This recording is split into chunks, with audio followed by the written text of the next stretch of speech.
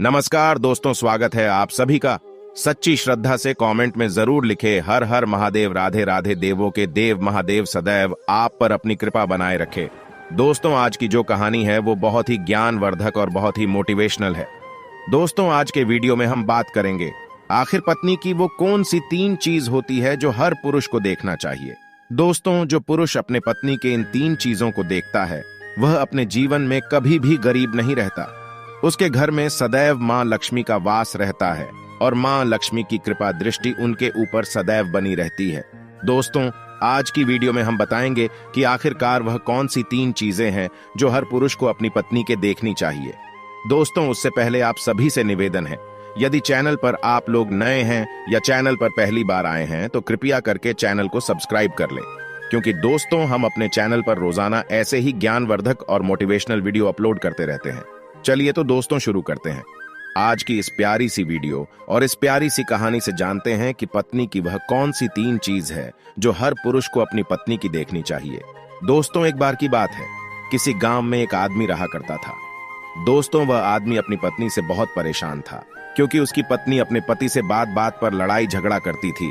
उसके घर में एकदम कंगाली छा गई थी। खाने के लिए घर में ना ही कोई दाने थे, ना ही पीने के लिए पानी और ना ही पहनने के लिए वस्त्र। दोस्तों, रोज रोज के इस कलेश से वह पुरुष अपनी पत्नी से परेशान हो गया था। दोस्तों, एक दिन की बात है, वह आदमी अपने घर से जंगल की तरफ निकल जाता है। दोस्तों, जंगल में जाते जाते उस आदमी को एक साधु से मुलाकात होती है। तब वह आदमी उस साधु के पास बैठ जाता है और वहां पर बैठकर रोने लगता है। दोस्तों, वह साधु उस आदमी को पूछते हैं कि पुत्र, आखिर तुम्हें हुआ क्या है, तुम क्यों रो रहे हो। तब वह आदमी उस साधु को बताता है कि महाराज, मेरे घर में मेरे पत्नी और मेरे 2 छोटे छोटे बच्चे हैं।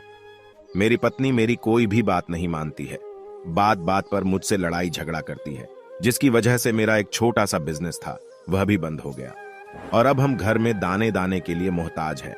हमारे घर में खाने के लिए कुछ भी नहीं है, पीने के लिए पानी नहीं है और पहनने के लिए वस्त्र नहीं है। लेकिन मैं अपनी पत्नी को समझाता हूं कि लड़ाई झगड़े ना करें। इसके बावजूद भी वह घर में रोज लड़ाई झगड़ा करती है। इस वजह से मैं बहुत दुखी हूं और बहुत परेशान हूं, इसलिए मैं घर छोड़कर आपकी शरण में आया हूं। दोस्तों, वह साधु महाराज उस आदमी को बोलते हैं कि पुत्र, तुम रो मत। आज मैं तुम्हें ऐसे 3 चीज बताने जा रहा हूं।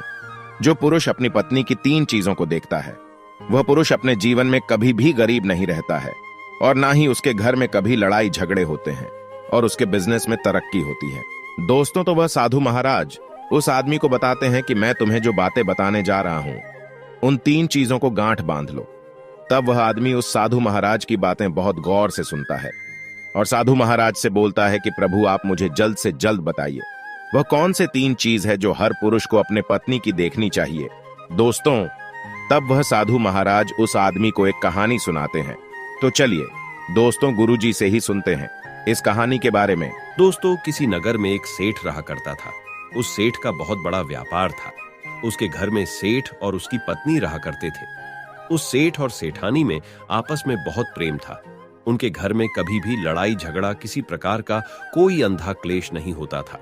इसलिए उसके घर में सदैव मां लक्ष्मी का वास रहता था और उनके बिजनेस में दिन दुगनी रात चौगुनी तरक्की होती थी। उन सेठ सेठानी में इतना प्रेम था कि आसपास के लोग उनके इस प्रेम को देखकर जल जाया करते थे। दोस्तों, सेठ और सेठानी के इस प्रेम की मिसाल हर गांव वाले देते थे। ऐसे कर करके उस सेठ और सेठानी की बात उस गांव की राजा तक भी पहुंच जाती है। दोस्तों, जब सेठ सेठानी की बात उस राजा के पास पहुंचती है तो वह राजा भी उनके प्रेम की मिसाल की तारीफ करते हैं और कहते हैं, हमारे गांव में एक पुरुष और स्त्री ऐसे भी है जिनके घर में कभी भी लड़ाई झगड़ा नहीं होते हैं। उन दोनों में आपस में इतना प्रेम है कि जितना मैं आज तक अपने जिंदगी में कभी भी नहीं देखा। दोस्तों, एक बार की बात है, वह राजा पूरे नगर में ढिंढोरा पिटवाते हैं और कहते, इस राज्य में जितने भी लोग हैं वो सभी लोग अपने अपने घर में दिया जलाकर रखेंगे। तब राजा की रानी अपने राजा से पूछते हैं कि महाराज, आखिरकार आप सभी के घर में दिया क्यों जलवा रहे हैं। राजा रानी की बात सुनकर रानी को बोलते हैं कि दीपक प्रेम की निशानी होती है। जिसके घर में दीपक जलता है उसके घर में सदैव ही प्रेम बना रहता है और मैं चाहता हूं कि जो प्रेम सेठ और सेठानी के बीच में है वही प्रेम हमारे इस नगर में, हमारे इस राज्य में हर पति और पत्नी के बीच में हो। इसलिए मैं हर घर में दीपक जलाना चाहता हूं। दोस्तों, राजा की सैनिक पूरे नगर में ढिंढोरा पीटते हैं और बोलते हैं सभी के घर में दीपक रात भर जलना चाहिए। दोस्तों, राजा की बात मानकर सभी नगरवासी अपने अपने घर में दिया जलाते हैं, लेकिन जैसे ही आधी रात होती है सभी के घर के दीपक बुझ जाते हैं। लेकिन उस सेठ और सेठानी के घर की दीपक कभी भी नहीं बुझती है, क्योंकि दोस्तों दीपक प्रेम की निशानी होती है और जो सेठानी थी वह अपने घर की दीपक को सदैव जलाए रखती थी, जिससे सेठ और सेठानी का प्रेम बरकरार रहे। लेकिन दोस्तों, जो सेठानी थी वह अपनी मनमानी काम करती थी, उसका जो मन करता था वह वही काम करती थी। लेकिन सेठ को इस बात से कभी भी कोई दिक्कत नहीं होती थी, क्योंकि सेठ बहुत समझदार था। वह सोचता था कि यदि मैं अपनी पत्नी को रोक टोक करूंगा तो घर में बेवजह ही लड़ाई झगड़ा होंगे। दोस्तों, इसीलिए सेठ सेठानी की कई चीजों को और कई बातों को अनदेखा करता था। वह सेठ इसलिए अनदेखा करता था ताकि पति पत्नी में वह प्रेम और व्यवहार बना रहे। एक दिन की बात है दोस्तों, राजा और रानी अपने छत के ऊपर खड़े होकर अपने नगर का नजारा देख रहे थे और वह राजा और रानी देखते हैं कि उनके पूरे राज्य में अंधेरा था, लेकिन सिर्फ एक सेठ और सेठानी का ही गांव का घर था जहां दीपक जल रहा था। दोस्तों, तब राजा रानी से बोलता है कि देखो सेठ और सेठानी में कितना प्रेम है। सभी के घरों का दीपक बुझ गया है, लेकिन सेठ और सेठानी के घर का दीपक अभी भी जल रहा है। इसका मतलब यह है कि इस सेठ और सेठानी में बहुत ही ज्यादा प्रेम है। तब रानी अपनी राजा से बोलती है कि महाराज, सेठ और सेठानी में जो भी प्रेम है वो इसलिए है क्योंकि सेठानी समझदार है, इसलिए सेठ के घर में प्रेम है। दोस्तों, जब राजा रानी की बात सुनता है तब राजा बोलता है कि नहीं महारानी, यहाँ पर सेठ ज्यादा समझदार है, इसलिए उनके घर में कभी भी लड़ाई झगड़ा नहीं होती है। दोस्तों, रानी बोलती है कि सेठानी समझदार है। राजा बोलते हैं कि नहीं, सेठ समझदार है। दोस्तों, सेठ और सेठानी की बात को लेकर राजा और रानी में बहस होने लगा। तब राजा बोलता है कि देखो, हमें बहस करने की जरूरत नहीं है, क्यों ना हम दोनों उनका एक परीक्षा ले। परीक्षा में जो पास होगा वही समझदार होगा। राजा और रानी अपने बात से सहमत हो गए और उन दोनों की परीक्षा के लिए तैयार हो जाती है। दोस्तों, तब राजा अपने महल में जाता है और अपनी दासी को बुलाता है और वह अपने दासी से बोलता है, उस सेठ के पास जाओ और जो जो प्रश्न मैं तुमसे बोल रहा हूं वह तुम सेठ को बोलना। वह दासी बोलती है, ठीक है महाराज। फिर वह दासी राजा की बात सुनकर सेठ के पास जाती है। उसी समय ही सेठ की पत्नी बाजार गई थी कुछ सामान लेने के लिए। दोस्तों, तो वह राजा की दासी सेठ से बोलती है कि सेठ जी, मैं राजमहल से आई हूं, राजा साहब ने मुझे भेजा है। दोस्तों, वह सेठ उस दासी को बोलता है कि बताइए मैं आपकी क्या सेवा कर सकता हूं, आप बैठिए, मैं आपके लिए पानी लेकर आता हूं। तब वह दासी सेठ से बोलती है, नहीं सेठ जी, मैं राजा की दासी हूं, बस आपके पास राजा के समाचार लेकर आई हूं। दोस्तों, तब वह सेठ बोलता है कि ठीक है दासी, आप मुझे बताइए राजा साहब ने क्या समाचार भेजा है मेरे लिए। तो दोस्तों, वो दासी सेठ से बोलते हैं कि सेठ जी, राजा साहब ने मुझे ये बोले हैं, यदि तुम अपनी पत्नी को छोड़ देते हो तो वह तुम्हें खूब सारे हीरे और जवाहर देंगे, तुम्हें राजमहल में एक अच्छे पोस्ट पर नौकरी भी देंगे। लेकिन सेठ राजी नहीं हुए। दूसरी बात, रानी ने राजा से बोला था कि नहीं, सेठ समझदार नहीं है, सेठानी समझदार है। दोस्तों, सेठ और सेठानी के बातों को लेकर राजा और रानी में फिर से कहासुनी होने लगी। तब रानी राजा से बोलती है कि तुमने सेठ की परीक्षा ली है, मैं भी सेठानी की परीक्षा लेना चाहती हूँ। तब इससे बात क्लियर हो जाएगा कि सेठ और सेठानी में कौन ज्यादा समझदार है। तो वह राजा रानी को आदेश देता है कि प्रिय, तुम भी एक बार सेठानी की परीक्षा ले लो। तब रानी अपने राजमहल से एक दास को उस सेठानी के पास भेज दिया और अपने दास से बोलती है कि जो मैं तुम्हें बोल रही हूं ये सारी चीजें जाकर उस सेठानी को बोलना। तब राजा का दास उस सेठानी के पास जाता है। इधर से सेठ अपने काम के सिलसिले में कहीं बाहर गया हुआ था, घर पर सेठानी ही अकेली थी।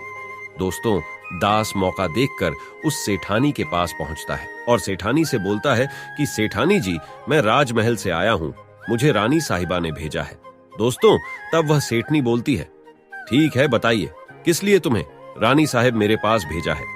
दोस्तों, तब वह दास सेठानी से बोलता है कि रानी साहिबा ने बोला है कि यदि तुम अपने पति को छोड़ दोगी तो वह बहुत सारे हीरे जवाहरात देंगे, और अगर तुम अपने पति को मार दोगी तो वह तुम्हें अपने राज्य का आधा हिस्सा दे देंगे। दोस्तों, दास की बात सुनकर सेठानी तैयार हो जाती है और कहती है, ठीक है, यदि रानी साहिबा अपने राज्य की आधा हिस्सा मुझे देंगी तो मैं अपने पति को मार दूंगी। दोस्तों, तब उस राजा का दास उस सेठानी से बोलता है कि मुझे कैसे पता चलेगा कि तुमने सेठ जी को मार दिया है। दोस्तों, तब सेठानी राजा के दास से बोलती है कि मेरे घर में जो दीपक जल रहा है वह तुम्हें दिख रहा है। तब दास बोला, हाँ दिख रहा है।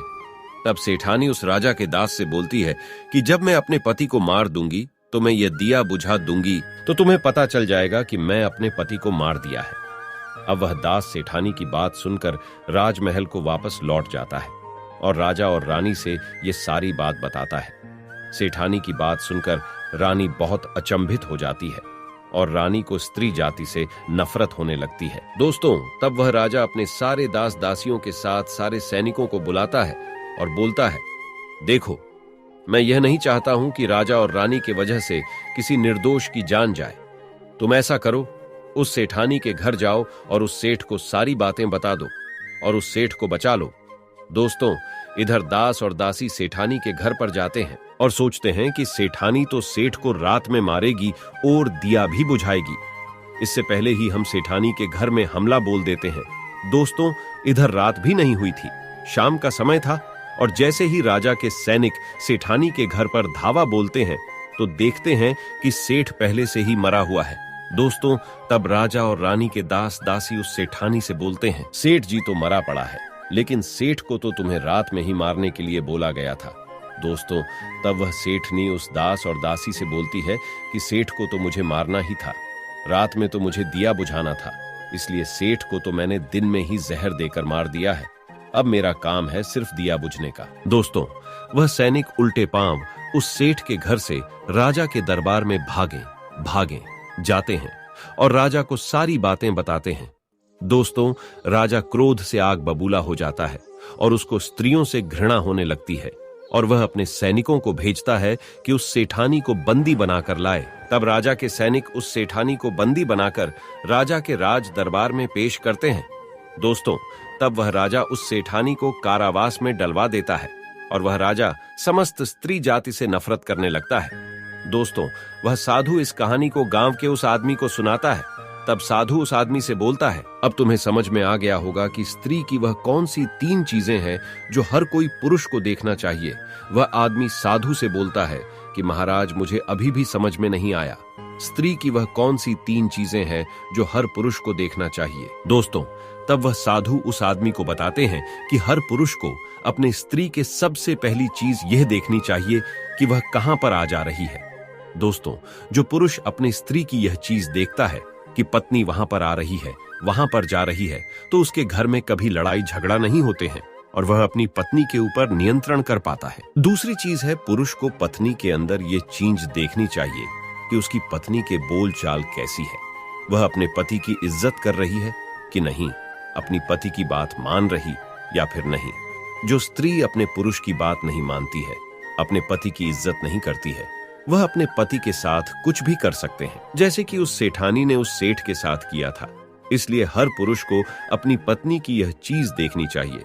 तीसरी चीज, वह साधु उस आदमी को बताता है कि हर पुरुष को पत्नी के चाल चलन जरूर देखना चाहिए। दोस्तों, जो पुरुष अपने पत्नी के चाल चलन देखता है और उसके चाल चलन पर उससे ज्यादा प्रेम नहीं करता है, उसको अपने कंट्रोल में करके रखता है, तो उसके घर में लड़ाई झगड़ा कभी भी नहीं होते। दोस्तों, जो स्त्रियां अपने घर पर मनमानी चलाती हैं और पति की बातों को नहीं मानती है, उनके घर में इस तरीके की मुसीबत आती है। दोस्तों, ये 3 बातें वह साधु महाराज उस आदमी को बताता है और फिर वह आदमी इन 3 चीजों को गांठ बांध लेता है और साधु को प्रणाम करके अपने घर पर चला जाता है। दोस्तों, मैं उम्मीद करता हूं आपको इस कहानी से बहुत कुछ सीखने को मिला होगा। दोस्तों, सच्ची श्रद्धा से कमेंट में जरूर लिखें, हर हर महादेव, राधे राधे देवों के देव, महादेव सदैव आप पर अपनी कृपा बनाए रखे। इस वीडियो को लाइक करें, अपने दोस्तों के साथ शेयर करें और हमें सब्सक्राइब करना ना भूलें। और हाँ, इस वीडियो से कोई भी सवाल है तो आप कमेंट बॉक्स में जरूर लिखें, और आपके पास कोई भी सवाल नहीं तो हर हर महादेव जरूर लिखें, क्योंकि आपके कमेंट से वीडियो बनाने का मोटिवेशन मिलता है। धन्यवाद।